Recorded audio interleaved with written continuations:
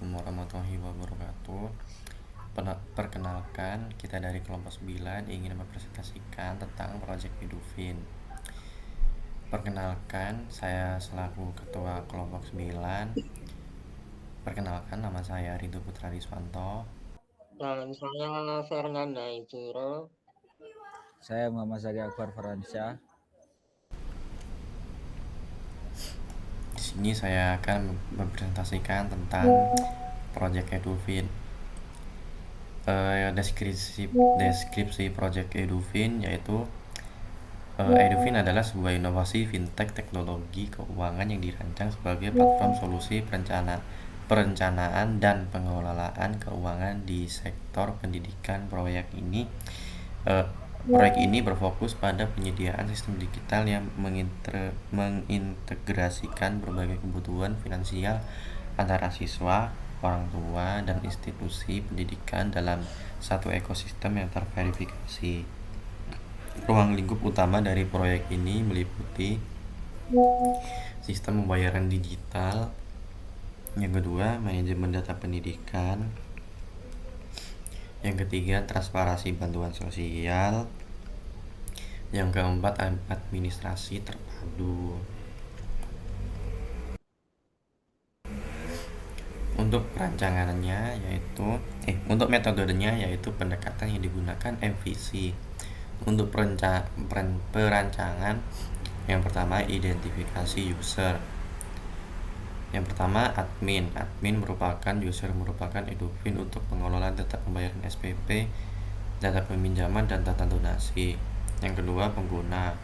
Siswa atau orang tua atau sekolah merupakan user yang menggunakan Edufin untuk melakukan pembayaran SPP, melakukan peminjaman, dan melakukan donasi. Daftar kebutuhan use case. Yang pertama mengelola data siswa sebagai admin, yang kedua mengelola tagihan SPP sebagai admin, yang ketiga verifikasi pembayaran sebagai admin, yang keempat melihat laporan keuangan sebagai admin, yang kelima registrasi login sebagai pengguna,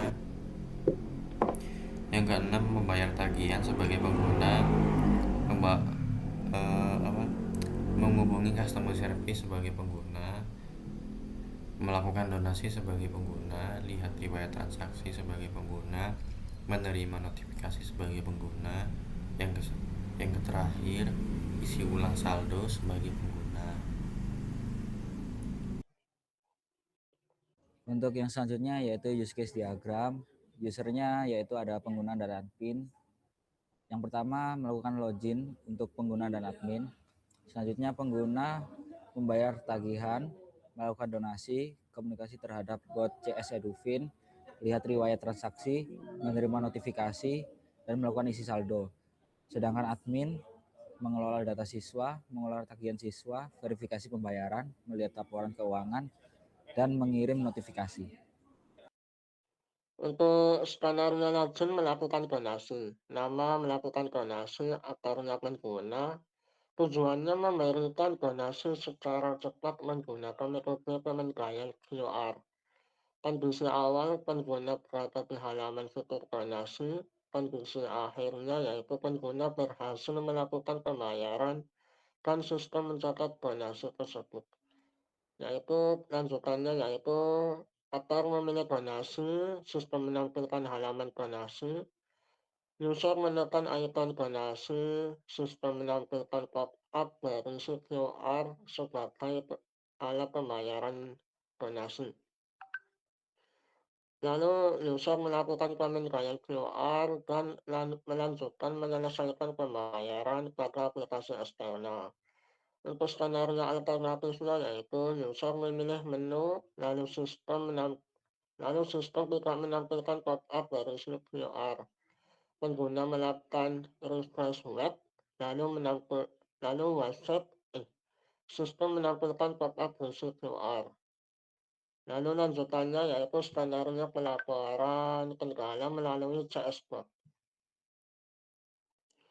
Namanya yaitu pelaporan kendala melalui CSBot, pengguna sebagai aktor. Tujuannya menampilkan keluhan dan atau kendala, kondisi awalnya itu pengguna berada di halaman menu CS, kondisi akhir pengguna menerima instruksi dari layanan CS Bot.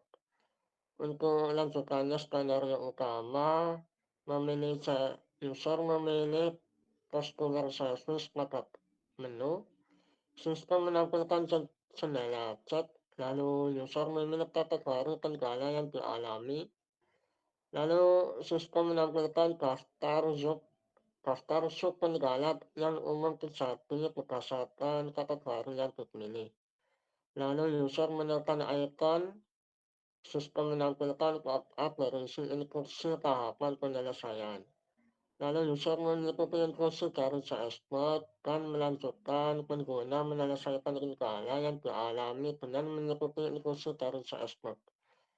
Untuk skenario alternatifnya yaitu pengguna memilih kategori kendala yang dialami, sistem tidak menampilkan daftar sub kendala yang umum terjadi berdasarkan kategori yang dipilih. Lalu pengguna melakukan relog pada webnya. Lalu lanjutannya yaitu skenario melihat riwayat transaksi. Namanya yaitu melihat riwayat transaksi, akarnya itu pengguna.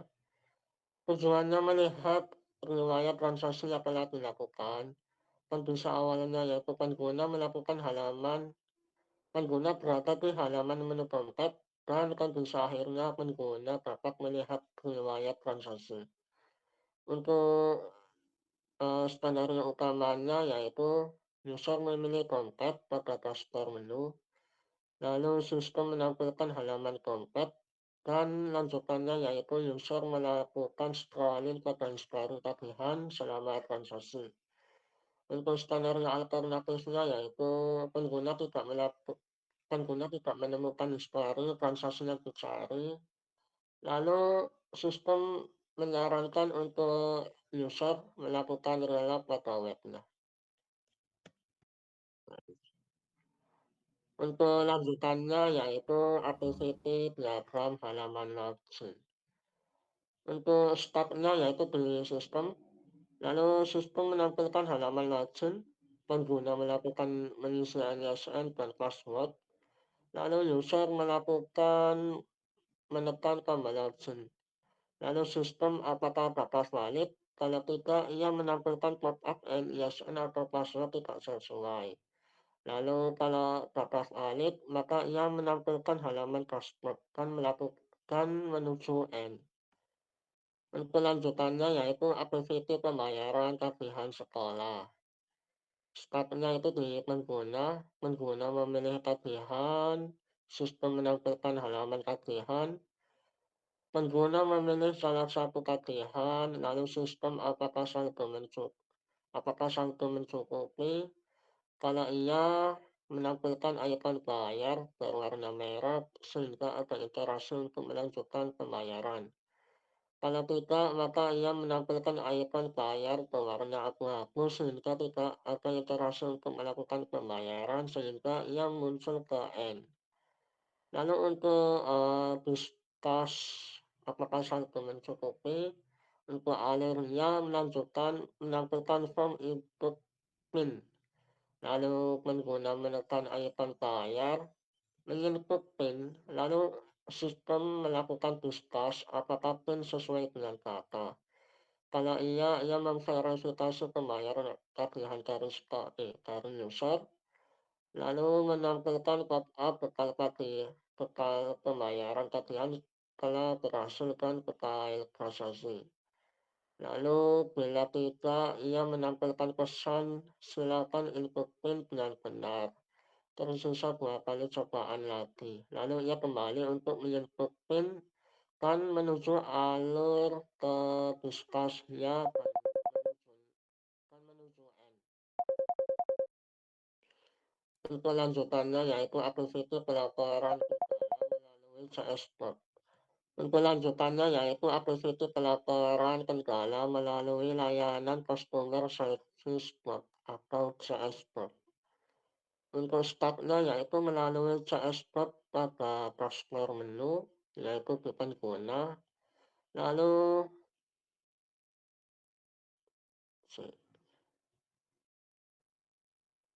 Lalu sistem menampilkan jendela chat. Dan lalu user memilih kategori kendala yang dialami.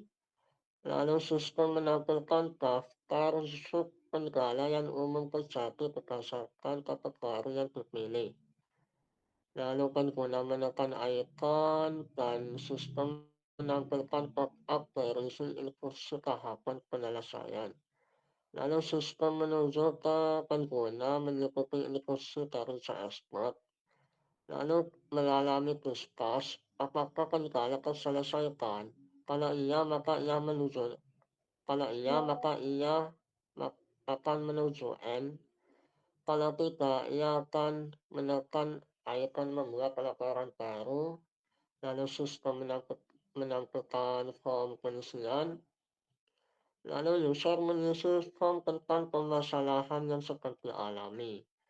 Lalu lanjut ke menekan ikon kirim laporan. Dan sistem menampilkan pop-up berisi laporan Anda telah kami terima. Kami akan memberi jawaban perihal kendala yang kamu alami dalam kurun waktu 1 kali 24 jam melalui via email. Yang selanjutnya yaitu perancangan database. Yang pertama, bentuk tidak normal atau UNF. Di sini ada ID siswa seperti di PPT, nama siswa, email, NISN, sekolah, buku, seragam, SPP, donasi, pembayaran, dompet. Untuk masalah pada UNF, permasalahannya yang pertama yaitu redundansi data, yaitu data siswa, sekolah, pembayaran tercampur. Yang kedua, data tidak atomik, yaitu kolom berisi banyak nilai seperti buku dan seragam. Yang ketiga, sulit dikelola, yaitu update satu data mempengaruhi banyak bagian. Dan yang keempat, inkonsistensi, yaitu data bisa berbeda walau sama. Selanjutnya, first normal form atau INF. Untuk yang pertama, admin, atributnya yaitu ID admin, nama, email, password. Selanjutnya, siswa, atributnya ID siswa, NISN, email, password, jurusan. Sekolah, atributnya ID sekolah, nama sekolah, alamat. Buku, atributnya ID buku, ID siswa, ID sekolah, jumlah, status, dan ID admin. Untuk seragam, atributnya ID seragam, ID siswa, ID sekolah, jumlah, status, ID admin. Untuk donasi, atributnya ID transaksi, ID donasi, ID donatur, ID admin. Untuk SPP, atributnya ID SPP, ID siswa, ID sekolah, jumlah, status, ID admin. Pembayaran atributnya yaitu ID pembayaran, ID SPP, ID dompet, tanggal, jumlah. Untuk dompet, atributnya yaitu ID dompet, ID siswa, saldo, jumlah. Hasil INF, perbaikan. Yang pertama, data atomik yaitu setiap kolom satu nilai. Yang kedua, data dipisah yaitu buku, seragam, SPP jadi satu tabel. Yang ketiga, struktur rapi, yaitu setiap entitas punya tabel. Second normal form 2NF. Yang pertama, admin, primary key, ID underscore admin, atribut non key, nama, email, password, ketergantungan full. Yang kedua, siswa, ID underscore siswa, NISN, email, password, jurusan, ketergantungan full. Sekolah, ID underscore sekolah, nama underscore sekolah, alamat, ketergantungan full. Buku, ID underscore buku, ID underscore siswa, ID underscore sekolah, jumlah, status,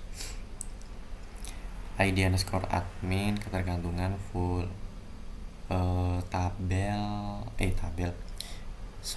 Untuk yang selanjutnya, seragam, ID underscore seragam, ID underscore siswa, ID underscore sekolah, jumlah, status, ID underscore admin, ketergantungan full. Untuk SPP, ID underscore SPP, ID underscore siswa, ID underscore sekolah, jumlah, status, ID underscore admin, ketergantungan full. Pembayaran, ID underscore pembayaran, ID underscore SPP, ID underscore dompet, tanggal, jumlah, ketergantungan full. Untuk terakhir untuk selanjutnya dompet, ID underscore dompet, ID underscore siswa, saldo, jumlah, ketergantungan full. Donasi, ID transaksi, ID underscore donasi, ID underscore donatur, ID underscore admin, ketergantungan full. Hasil perbaikannya hilang ketergantungan, penjelasan semua tergantung PK. Relasi jelas, untuk penjelasannya tabel saling terhubung, data konsisten, tidak tumpang tindih, third normal form. Tabel yang pertama, siswa, ketergantungan transitif, data sekolah tidak disimpan di siswa, hasil dipisah ke sekolah. Untuk yang kedua, buku, data siswa tidak diulang, hasilnya FK.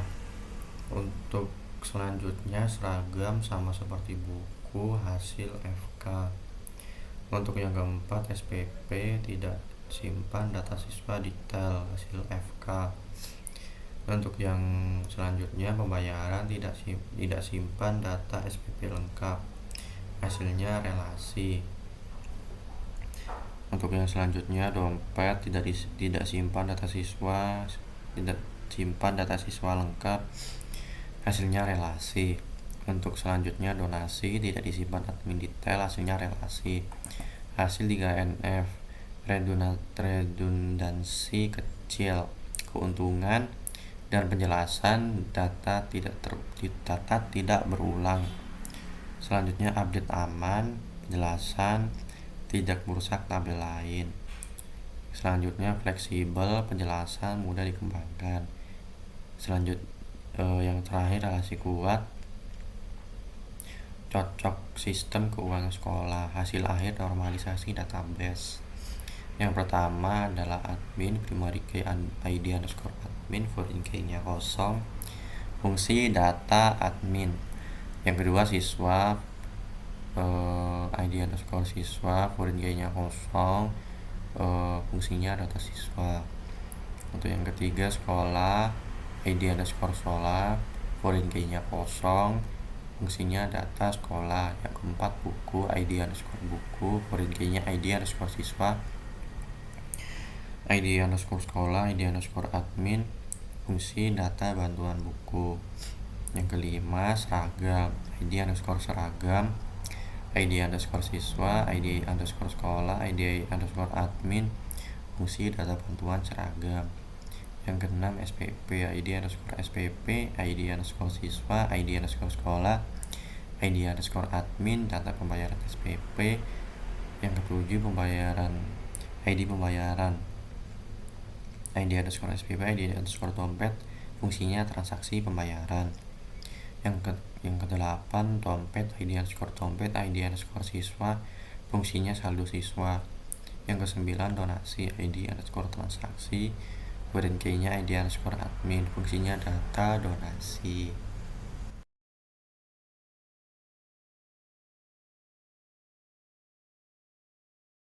Selanjutnya ada user persona. Dalam user persona ini terdapat biodata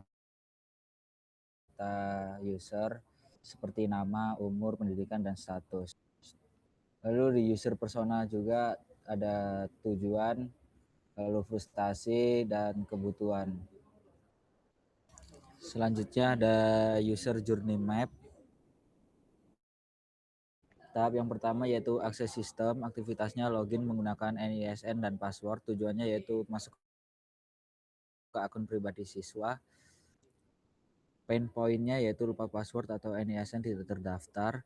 Solusi sistem, fitur lupa password, dan validasi API data sekolah. Tahap yang kedua yaitu cek status.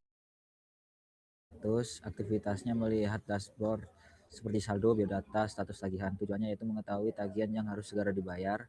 Pain point-nya bingung melihat rincian tagihan yang menumpuk. Solusi sistemnya indikator warna merah atau hijau dan notifikasi tagihan prioritas. Tab yang ketiga, top up saldo. Aktivitasnya pilih metode bank atau e-wallet dan scan QR atau salin nomor rekening. Tujuannya memastikan saldo cukup untuk membayar.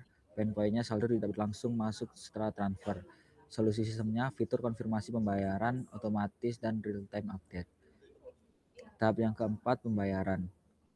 Aktivitasnya yaitu klik bayar, input PIN, dan verifikasi transaksi. Tujuannya melunasi tagihan sekolah secara instan. Pain point-nya tombol abu-abu tidak bisa diklik karena saldo kurang. Solusi sistem shortcut langsung ke menu top up jika saldo tidak cukup. Untuk tahap selanjutnya, cek riwayat. Aktivitasnya melihat detail TRX atau history di halaman dompet. Tujuannya mendapatkan bukti bayar yang sah atau digital receipt. Pain point-nya data di UI belum update padahal sudah bayar. Solusi sistem sinkronisasi database otomatis dan tombol refresh status. Untuk tahap yang selanjutnya yaitu layanan bantuan. Aktivitasnya mengakses CS-Bot untuk kendala teknis. Tujuannya menyelesaikan masalah, misal saldo nyangkut. Pain point-nya panduan CS-Bot tidak solutif atau kaku. Solusi sistem yaitu fitur hubungi admin atau staff jika bot tidak bisa membantu. Untuk yang terakhir, tahap donasi. Aktivitasnya membuka menu donasi dan scan QRIS. Tujuannya berbagi atau menyumbang melalui saldo atau e-wallet. Pain point-nya QRIS susah di-scan atau link mati. Solusi sistem QRIS dinamis yang jernih dan opsi input manual nominal.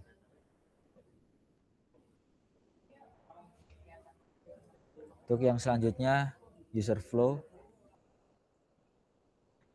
Yang pertama, user flow melakukan donasi, diawali dari start, lalu pilih menu donasi, lalu masuk ke halaman donasi, selanjutnya klik icon donasi, muncul pop-up QRIS, dan selesai pembayaran end. Yang selanjutnya, user flow pelaporan kendala melalui layanan customer service bot. Diawali start, pilih menu customer service, lalu masuk ke jendela chat, lalu pilih kategori kendala, lalu lihat daftar sub kendala, lalu klik icon detail segitiga, lalu terima dan ikuti instruksi end. Dan selanjutnya user flow isi saldo menggunakan bank. Yang pertama start, lalu masuk ke menu dompet, lalu pilih fitur isi saldo, lalu pilih metode bank dan jenis banknya, lalu input nominal top up, lalu validasi minimal nominal apakah melebihi 10.000. Jika tidak, muncul peringatan, lalu kembali ke input nominal top up. Jika iya, instruksi pembayaran dan menampilkan QR top up saldo, lalu menyelesaikan pembayaran, lalu memverifikasi pembayaran, lalu saldo bertambah dan end. Untuk user flow isi saldo menggunakan e-wallet, diawali dari start, masuk ke menu dompet, lalu pilih fitur isi saldo, lalu pilih metode e-wallet dan jenis e-wallet, lalu input nominal top up, lalu validasi minimal nominal apakah melebihi 10.000. Jika tidak, muncul peringatan, lalu kembali input nominal top up. Jika iya, instruksi pembayaran menampilkan QR top up saldo, lalu menyelesaikan pembayaran, memverifikasi pembayaran, dan saldo bertambah dan end. Yaitu sitemap. Yang pertama, sitemap admin. Dalam home terdapat kelola data. Dalam kelola data terdapat pencarian, opsi kelas, data siswa, unduh data siswa. Lalu dalam kelola tagihan siswa terdapat pencarian, opsi kelas, data siswa. Lalu di data siswa terdapat terbayarkan, tanggal, belum terbayarkan, jadi tempo. Lalu pada persetujuan pembayaran terdapat pencarian, opsi kelas, data siswa. Lalu di data siswa terdapat persetujuan. Selanjutnya laporan keuangan, terdapat data uang masuk. Di dalam data uang masuk ada rincian uang masuk, lalu ada saldo kas, lalu data uang keluar. Di dalam data uang keluar terdapat rincian uang keluar, lalu kirim notifikasi. Untuk sitemap user, dalam home terdapat dashboard yang berisi dompet, pemberitahuan tagihan, biodata. Dalam dompet berisi nomor rekening, total saldo. Dalam pemberitahuan tagihan terdapat telah dibayar dan jatuh tempo. Dalam biodata terdapat nama, email, sekolah atau kelas, NISN. Lalu dompet terdapat total saldo dan isi saldo. Dalam isi saldo terdapat uang masuk dan uang keluar. Selanjutnya tagihan. Dalam tagihan terdapat tagihan terbayarkan dan tagihan belum terbayarkan. Lalu ada customer service. Dalam customer service terdapat opsi kendala. Lalu dalam opsi kendala terdapat solusi kendala. Yang terakhir ada donasi. Dalam donasi terdapat ada barcode donasi. Untuk lanjutannya yaitu WF Now untuk bagian user. Yang pertama yaitu halaman landing page, ada icon kayak judul tempat digital, pendidikan, dan bio-nya. Lalu lanjutannya yaitu halaman login, ada isian USL, password, dan icon login. Untuk halaman dashboard, di sini ada nomor rekening, grup data kamu, dan pemberitahuan tagihan, dan dashboard menu. Lalu untuk lanjutannya yaitu halaman dompet, ada total saldo, uang masuk, uang keluar, dan menu dashboard. Dan untuk menu tagihannya yaitu seperti biasa ada MLM Mail Photos from IUP, lalu untuk tagihan terbayarkan dan tagihan belum terbayarkan, dan dashboard bagian menu. Lalu untuk CS Book ini ya seperti ini, ada icon CS dan dashboard menu. Lalu lanjutannya yaitu halaman donasi, ada dashboard menu dan icon donasi. Untuk lanjutannya yaitu wireframe now admin, yaitu halaman kelola data siswa, ada data siswa dan icon menu. Lalu untuk kedua yaitu halaman kelola tagihan siswa 1, yaitu ada data siswa dan menu dashboard. Lalu di sini ada icon kelas 10, 11, dan 12. Lalu untuk halaman kelola tagihan siswa 2, sorry, nah itu. Yaitu ada biodata siswa dan jenis tagihannya. Lalu yang keempat ini ada halaman persetujuan pembayaran. Jadi ketika user membayar tagihan, maka memerlukan persetujuan dari admin. Lalu untuk halaman laporan keuangan 1, ini ada laporan rincian uang masuk, namanya, jenis, lalu jumlah, dan tanggal, dan dashboard menu. Lalu halaman terakhir yaitu halaman laporan keuangan 2, di sini ada halaman uang keluar, ada nama, jenisnya, lalu jumlah, dan tanggalnya, dan juga dashboard menunya. Untuk wireframe height bagian user sama, cuma beda warna aja. Dan juga untuk wireframe height untuk admin juga sama warnanya. Sekian dari kelompok kami. Bila ada salah kata, mohon dimaafkan, atau dari kelompok kita kurang jelas. Wassalamualaikum warahmatullahi wabarakatuh.